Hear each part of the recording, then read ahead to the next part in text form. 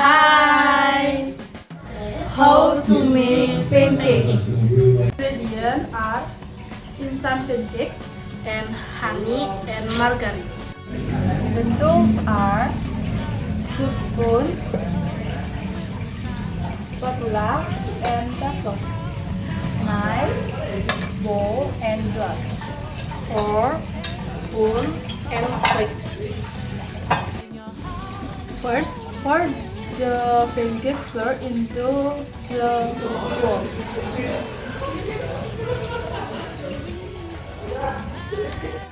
get butter,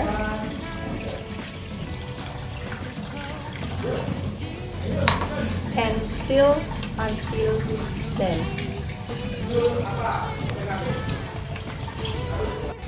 Then burn a stove.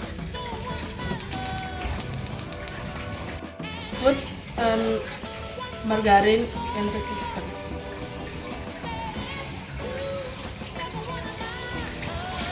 Put the pancake in the teflon.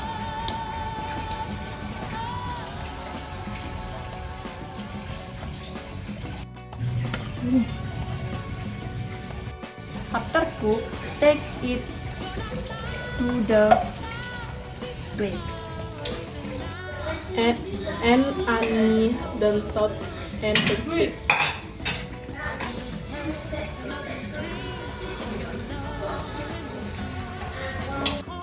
Pancake ready to serve.